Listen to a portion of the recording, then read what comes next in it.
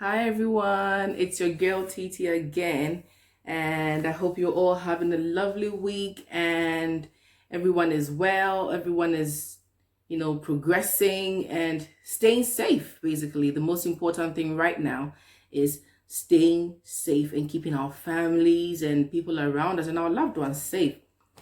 So first of all, I want to say thank you to all who watched the first video, who liked, commented, shared, and subscribed. Thank you all so much. God bless you all so much for your support. And all those who contacted me privately, thank you all so much for your feedback, your advice, your contributions. Thank you all so much, and God bless you all. Now, before I even get started on why I'm here today, I just want to say, concerning the first video, what we were talking about, if black families are less subscribed to or followed on YouTube, um, as compared to the interracial and white families and others. Yeah, I think, let me make this clear. My I don't want to say decision. It is not a decision, but my findings right now is yes, it may be there, but I don't think color really does matter on YouTube. I believe it's solely dependent on the type of content that you put on. I think if you put good quality content on YouTube, yes, you will get the following. Yes, you will get, people to watch and listen to you. Yeah, so I don't think it really matters, because I have come across some typical black families who are doing so well on YouTube, who have, big following, who are doing good things, actually great things on YouTube. So it does not really matter your color or anything. That is my finding currently. So that's where I stand. So I don't want to agree with my friend. I don't want to side with her that you have to be white or mixed race. No, no, no, no. It's the content, the quality of the content that you put on YouTube. That is what will get you noticed. So yeah, I just want to put this here now, for now. Yes, so I'm here today because there is an issue that we are all facing. Well, not we, especially as women, most women, I should say, most women are facing, and it's an issue of motherhood versus your career versus your education, like higher education. I have faced this. I am still facing this. I have friends who are facing this. I've got family who have gone through this. Some are still going through this. I come from a very big family that I've got 6 siblings. There are 7 of us. I've got 5 sisters and 2 brothers. So I know I have come across a few of these issues. My sisters, all of them chose, after a bit of higher education, after tertiary education, they got into work, they settled down, had children, and then decided to move on to do, more higher education, to get more higher education. And I did not even complete uni before I got married. So I got married quite early. I think it was my first year, the long vacation after our first year. That is when I got married. So all through my second, third, and fourth year in uni, I was married. And right after uni, right after my project work, all through my project work, I was pregnant with my first child.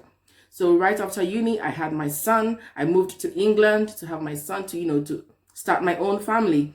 And pardon me, I saw my friends, most of my friends, doing masters, going to law school, doing great things academically. And I must admit, I was, I don't want to use the word envious, but I was a bit sad that all my friends were progressing educationally and all that. Most of my friends, let me put it that way. Most of my friends were progressing educationally, and I wasn't. I was a stay-at-home mom for the first year or two. Yes. So I was quite sad, but I realized that people make decisions, and some of these friends have now started making families. And currently I have 4 children, and I'm not there yet, but I would say that family wise, I think I'm a step ahead, because my children are growing. My first is almost 7. So my children are growing. So by the time their children catch up with mine, I would have a bit of time, to do other things, and they would be, at the stage I am right now, raising very, very small children, very little children. So I think everybody's decision is dependent on themselves. It works differently for everybody. Some will choose to pursue higher education first before they raise a family, or start being a mother. Yeah. And some would choose their career, yes. Yeah. And some would choose, some can do both. Some can do both. I know a lady who is raising a family, and she's been able to complete her university education. She's pursuing her master's, all with 3 little children. Oh, super mama. I don't want to use the word super mama, but she kind of is. So yeah, it works for her. It won't work for me because I am sort of like a hands-on mom. I am not for, hiring help. Well, maybe partly because I cannot afford to hire help. We from Africa who have moved to different parts of the world, we living in the diaspora, not all of us can afford help. Childcare is terribly expensive in Europe. So I chose to, do part-time work and raise my family in the beginning before I went into full-time work. Yeah, so currently I'm doing full-time work and raising a family. But I think I have gradually worked my way into it. I did not get up one day and start like, oh, I can raise a family and do full-time work or pursue higher education. No, I didn't. And I want to put this out there. No shame to anybody who has hired help. I wish I could, but I can't. So no shame to anybody who has hired help to, around the house with the children. Please, ladies, do it if you can. But if you can't, it's fine. Just don't put too much pressure on yourself. I keep telling my friends, who have started, building their families, you do not need a spotless home. You do not need the perfect home. You do not need the best decorated home to have a happy home. No, you need, some level of cleanliness is decent, for your children's growth and your growth and everything. Yes, but your children's happiness first. No shaming for people. Oh, you go into somebody's house, you've got to see toys all over, and no, don't do that. Don't do that. You do not know what the person is going through. Oh, and there's this facade of well-rounded children. Well-rounded children. I have seen this on Instagram, on YouTube, and come on. There may be, this whole concept of well-rounded children. Some are taking their children to tennis, they're taking their children golfing, they're taking their children skiing in the Alps. No, not everybody can afford to do that. Some of us have to work. Some can afford it. So I don't get this whole thing of shaming people who hire help or shaming people who do not hire help.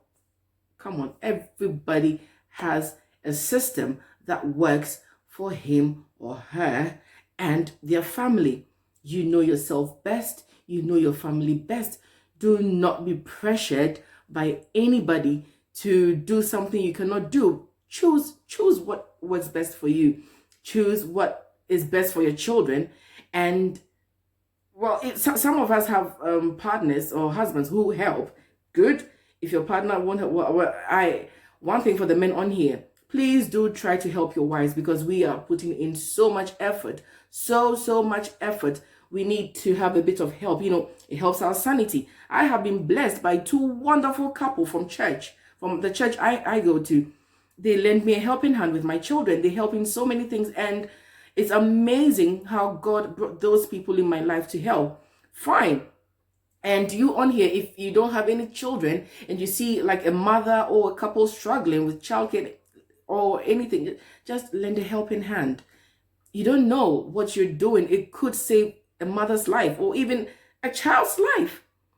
There's so much stress with motherhood, and especially when a mother is working or not, even when you are not working, it is so much. It is a lot.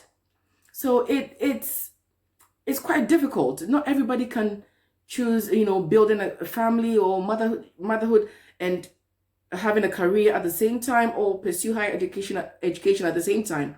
Not everybody can do that. Kudos, well done to all those who are able to do that, but not everybody can do that. And what does it matter?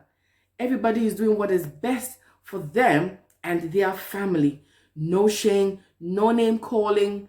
Just do what works for you. Do what works for you. You know yourself best. I'm just here to encourage everybody, every struggling mama out there somewhere. You are not alone, my darling. You are not alone. I am struggling. I have struggled.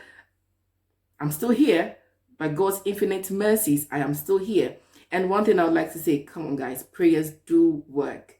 Prayers work. Prayer has got me through some situations. There have been times I thought I would go crazy because of my children. I've got 4 little children. And this pandemic has been hard. It has been tough on families. But hey, God still lives. And if you trust in God, and if you do what you can, you do your best, and you're not pressured by other people's achievements, you will have it. You will find it a bit easier. So mamas and papas out there, take your time, relax, and ease yourselves into it nicely. You don't have to do it all at the same time. Well done if you are doing it, but you don't have to do it all at the same time. Okay? So this is all I came to say, and I want to wish you all a pleasant week. Have a pleasant week and enjoy yourself. And remember, God still lives and He still works. So like this video, comment, share, and don't forget to subscribe. And yeah, bye everybody. God bless you all. Bye.